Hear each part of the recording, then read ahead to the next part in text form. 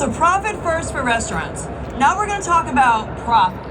Before we get to that, does anyone have a definition of profit that they like to use? I ask this a lot when I do this presentation. And normally I get very similar responses about what profit is. Usually it has something to do with it's what's left over after you pay everything. Or, it's some weird number on the bottom of a profit and loss statement that has literally no meaning. Maybe it's a report card if you're a good operator or something like that. None of those things are accurate. Profit is a requirement for any business to survive, let alone thrive.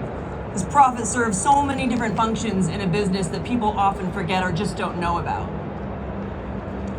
And profit in the restaurant industry is the deliberate creation of financial success. It's born from the alchemy of passion and resilience and strategic ingenuity, and it is a choice that you make. It is a choice. It is not a happy accident, and it is definitely not the leftovers. All right, so now we're gonna get into profit. And that's when we're going to talk about my book, Profit First for Restaurants, and that's what it's designed. It's all about implementing profit in your business in a systematic and guaranteed way, because again, every business needs profit just to survive. So I am going to show you exactly what it is, exactly how I wrote the book, what is in it, and you don't even need to go buy the book, although I think you should. 663 is the booth, but you don't actually have to buy it because I'm going to teach you everything right here. So, Profit First is based on bank balance accounting. And that is how every single business owner that I have ever met, and I have met many over the years, thousands at this point, this is how they practice cash management using bank balance accounting, which is pretty simple. You log into your bank account, maybe on a Monday or Tuesday morning after the weekend sales have hit, and when there's money, great, you spend it. And when there's no money, you panic and you make some pretty questionable decisions. So in my book, I use an example restaurant, a small restaurant, we call it Lucy's Bistro. And so for our example, if Lucy logs in on a Monday or Tuesday morning, she's got a $500,000 restaurant, she might see this in her account. Great, she's got $12,846. So she's thinking, great, I can make payroll, no problem. Oh, I got rent due, she's gonna pay those. Next up, those food and beverage invoices, gotta pay those, right? So these are her prime costs right here. So she pays those and now she's got $4,600 left. But then usually a few other things might happen in the restaurant, whether they're auto pays or your utilities, your insurance, whatever it is that comes out. So now she's down to about $1,900. At this point, she may or may not have paid herself anything. Usually taxes are not even a thought. Although if you're running a profitable business, they should be a thought. So now she's got $46 to pay herself and set aside some money for taxes. And then there's absolutely nothing left for profit. And it's probably not even on her mind, as it is usually not in any business owner I've ever met's mind, because they don't understand how important profit is for basic survival. So instead, what if we gave every single dollar that comes into your restaurant a job? What if we do that? What would that look like? So instead of logging in to your bank and looking at one account with a big platter of money up there, deciding what kind of fistfuls you're gonna grab and hand out to the person screaming the loudest, you're gonna log in and you might see something like this. Now at this point is usually when I get people running for the hills and screaming, but actually this is how you give every dollar a job in your business. We're going to gamify your money by giving every single dollar a job, and these are the main cost centers for any restaurant. You have your meals tax right at the top, right? Not your money, you gotta set that aside anyway. Your prime cost, your COGS, meaning cost of goods sold, so food and beverage, then payroll. Those are your top, those are your prime, get them out of sight. The rest of it, profit number one, you gotta take your profit. Owner's pay and owner's taxes should be a very deliberate amount of money. And then the leftovers are your OpEx. The OpEx are the leftovers, not the profit. So in our example with Lucy's Bistro, instead of seeing that $12,000, she makes her first allocations off that $12,000 that came in over the weekend. So she's got 7%, that's the number in the parentheses next to meals account. 7% is going to meals tax. Then she knows she's running a 31% food and beverage costs, and she knows she's running 30% labor, so she makes those transfers. She just multiplies that percentage times what's in her income. She makes those transfers, so now she knows what she can spend in that area. Then with the balance, I'll go back, that balance of the $46.59 in that top income account, that's what she has to pay her profit, owner's pay, owner's tax, and that OpEx based on those percentages. So she finishes the percentages, her income account, that bucket is now emptied, it flows down into every other account, and now she can make decisions. And there's so many beneficial things that come out of this system, but I'll just give you a couple that come up a lot. For example, in the payroll account, she's got $3,500 in there. When she goes onto her other screen in a browser, and she logs into her payroll service, maybe she's using Bravo Payroll, and then she gets that total sweep, and she owes $3,800. She's only got $35. What is she gonna do? Well, number one, she's not running 30% labor costs, is she? And wouldn't you rather know that now, the minute it's due, than maybe next month after your books are closed and they've been reconciled, and maybe your bookkeeper or accountant sends you the financials and you may or may not look at them or meet with them, and then you find out a month or two later, oh shit, I'm running 32%? Now you know this immediately. So not only do you know A, you need to work on that labor cost because you don't have enough money in there, and B, where are you gonna take it from? Because you're not gonna short the payroll. So now you get to make a conscious decision. Where am I gonna take that? How am I gonna cover my payroll? Because without this system, you're just making the payroll out of that one account and like, oh, I hope it all works out, right? I'll do better next week. It's not really a plan. Here you make a decision. You'll take it out of profit, maybe, that's where it comes anyway, but that's not enough. You're gonna take it out of owner's pay, it probably comes out of there now. That's not really fair, but maybe you do. You take it out of OpEx, you're not gonna have enough to pay your OpEx, but you need to make this decision. This is clarity in your numbers right here. Okay, so now I'm just gonna tell you, quickly go through how you set these up. So this is the system, you saw how it works. Many banks are very, very familiar with Profit First. So if you go in there and say, I'm gonna implement Profit First in my business, most of them do know what you're talking about. So you're gonna set up 8 accounts for restaurants if you wanna do this right. The first one is income. That is where all of your sales get dumped into, however you get paid. Cash, credit cards, Venmo, PayPal, whatever.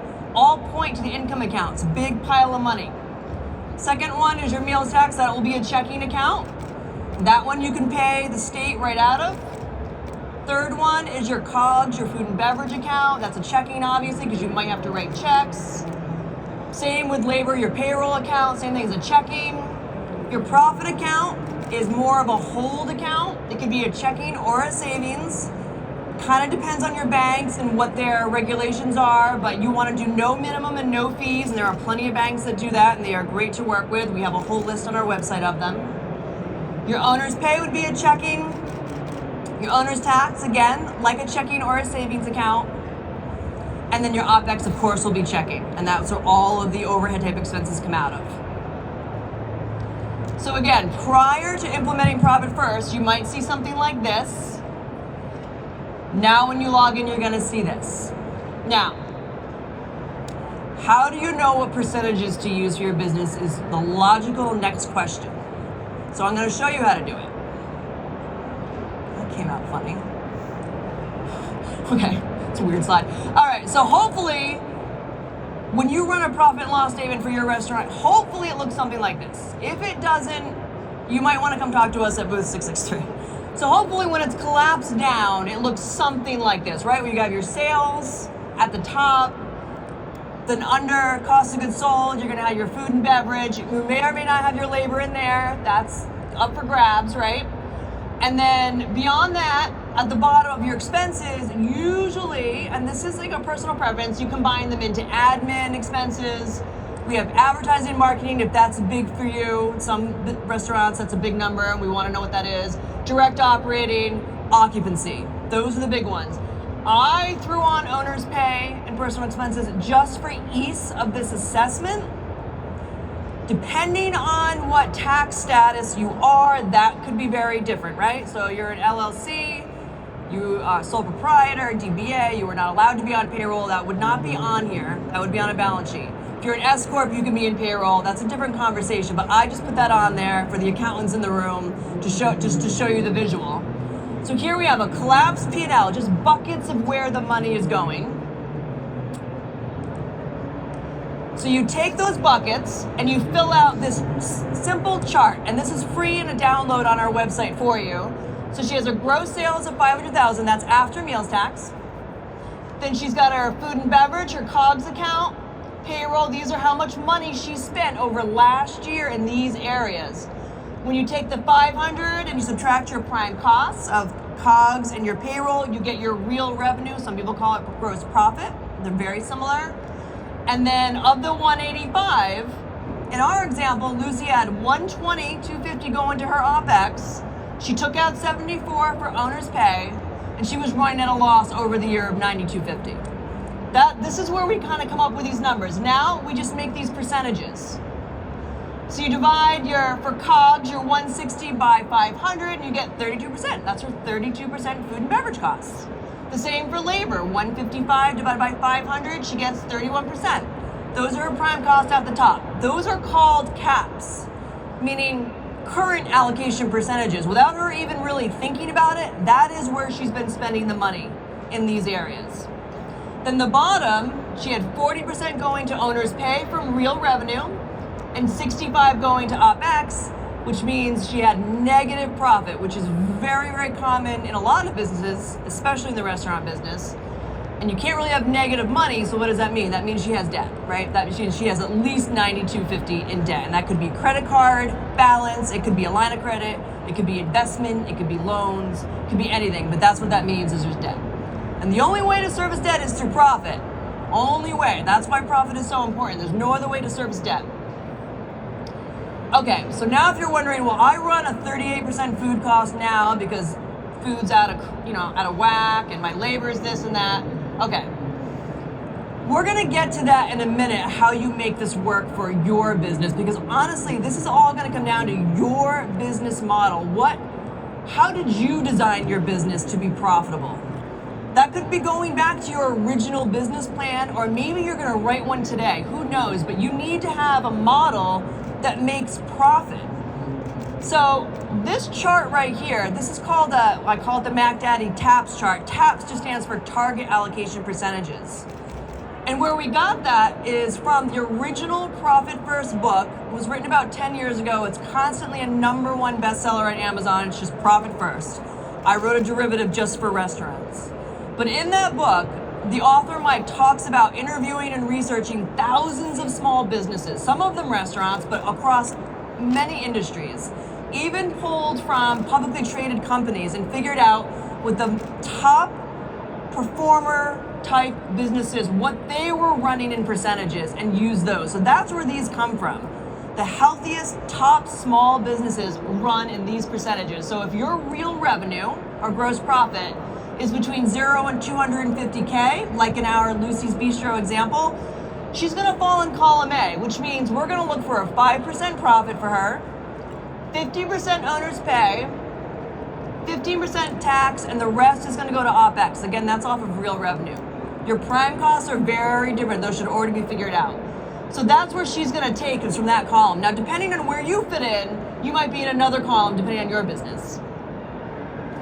So she takes this last chart here, again, available for free at download. She puts her caps next to her tabs, right? Her current and where she wants to go, her target, and figures out what she needs to do. So according to this chart, she needs to lower her food costs, her food and beverage costs by $10,000 over the year.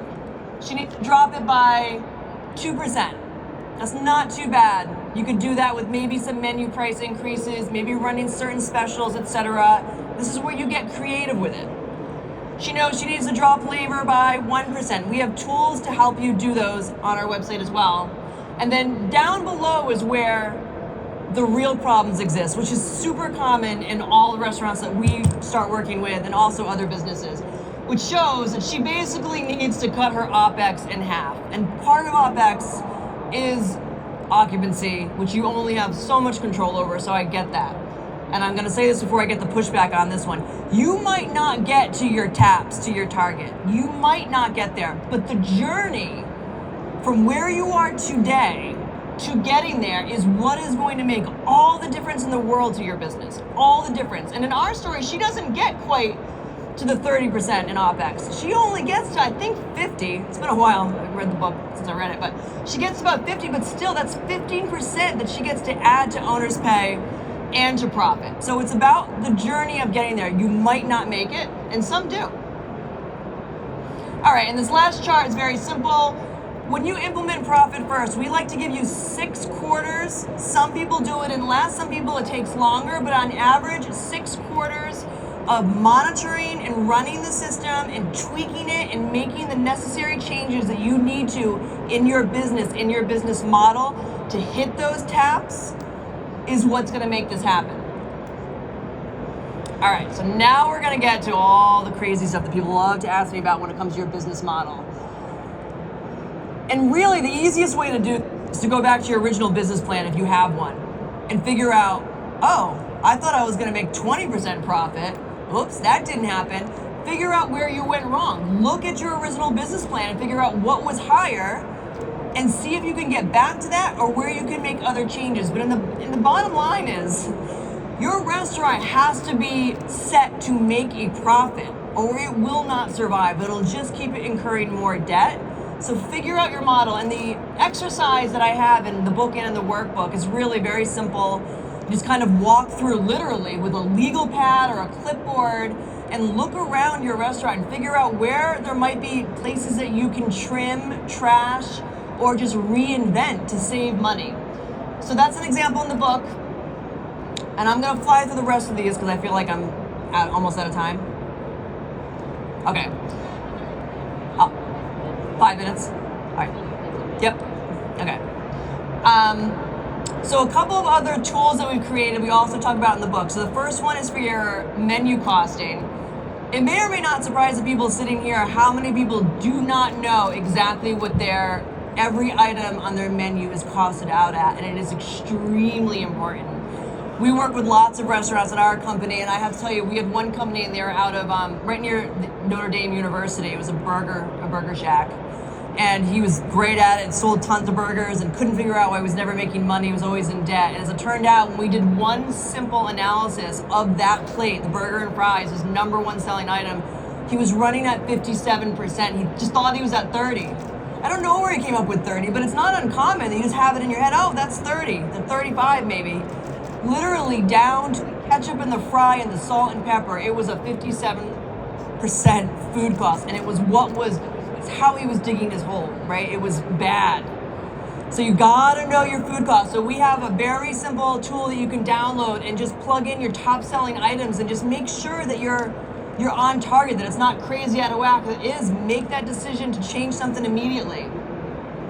Same thing with labor. We have it sometimes if you just shave 15 to 30 minutes at a start time or an end time, you can make up 1 to 2% in payroll. And in our example, that's all she needed. So again, we have a tool that you can do to kind of plug those numbers in and see where you might be able to find some savings.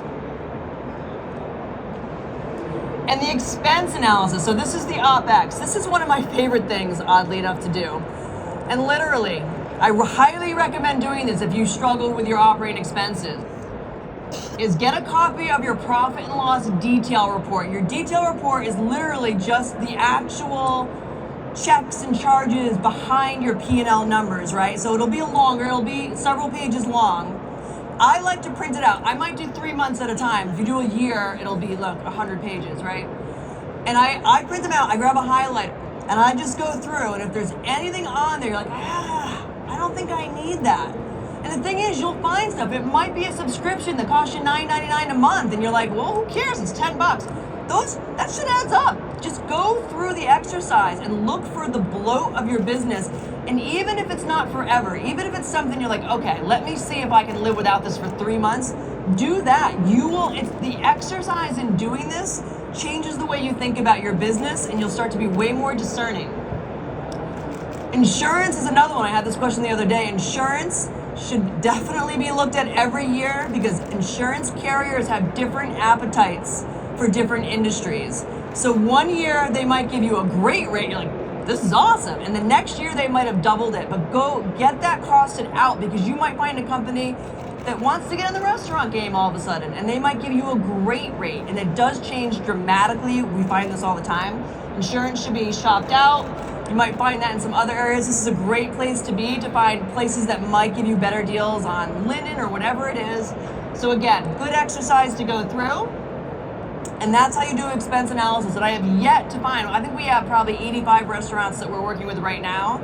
And that changes all the time because as they get up and running with Profit First and are really knocking it out of the park and doing well and growing and adding new units, they might take this in-house and only need us every couple of months. But this is how they started, and now they love it because they're just operating profitably all the time. And when you have profit in your business, you just get excited. It's an exciting thing, especially when you see a bank account nicknamed Profit on your online banking screen, and you can log in and look, there's my profit. That's what you want to see, and it makes you get more of it, and that makes you excited. And when you're excited about your business, it actually brings in more guests. And more guests bring in more sales, and that sales will bring in more profit if you do this system, and that profit gets you excited, brings in more sales. You see where I'm going. Oh, so I just wanted to talk about debt and taxes for a minute. I have pretty brief chapters in my book about that because this comes up a lot. Debt can be very necessary. I get it. I'm not against debt at all, but there needs to be a plan for it, how you're going to get it, what you're going to use it for, and absolutely how you're going to pay it back. That needs to be a plan, otherwise it is a black hole of misery. So debt, there is just like a 10-page chapter, but it kind of explains how it works. And once again, the only way to pay debt is through profit. There is no other way to pay debt other than more debt is with profit. So it's another reason why profit is so incredibly important. And then taxes, here's the other area. You want to pay taxes. I know you probably want to throw something at me right now. Taxes are the sign of a healthy business. They are. If you're not paying taxes, there's probably something wrong, right? You need to be paying taxes if you're a healthy business. Even if you're an S Corp, my favorite type of business, right? Owner can be on salary. You shouldn't be on all salary. That would defeat the entire point of having an S Corp. You want to be on salary for so much, and then you want to take your draws and distributions on the other part. That's the genius behind an S Corp. And you pay taxes on those distributions, and you want to because it's still a savings. So taxes, I love this visual. I think it's very eye-opening, but in our example here with Lucy's Bistro, her profitable income was $95,000, right? Because she's an LLC, so she can't take off her owner's pay of $74,000. That's a balance sheet item, right? So you don't see that. So on paper, it shows that she had $95,000. That's the taxable event in this thing, right? But if she had $95,000, let's say, sitting in her bank account, and she took out $74,000 over the year, she's only going to be left with, if she's lucky, $21,000 in her bank account. But the taxable is going to be somewhere between $23,000 and $38,000, depending on her entity.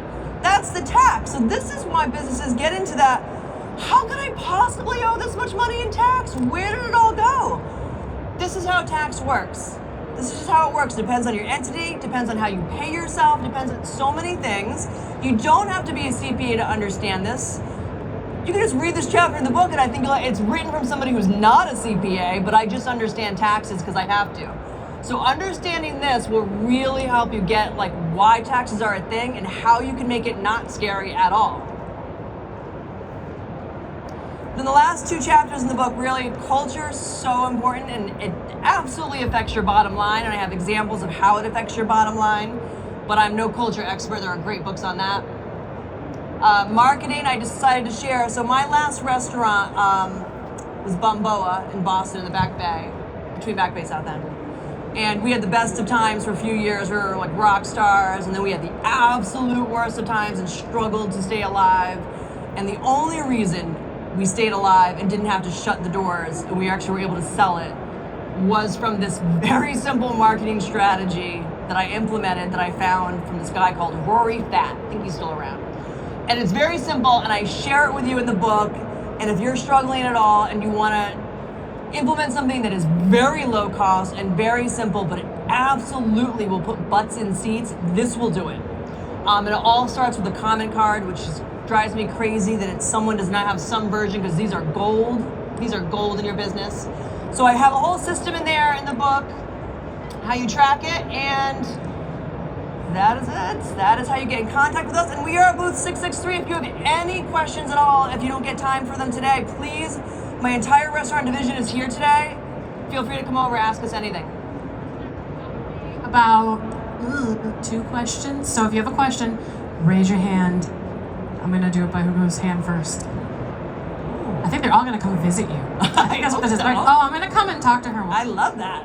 Do we have any questions? She's got like 5 minutes. Unless you guys all just wanna like follow her in a parade to her booth.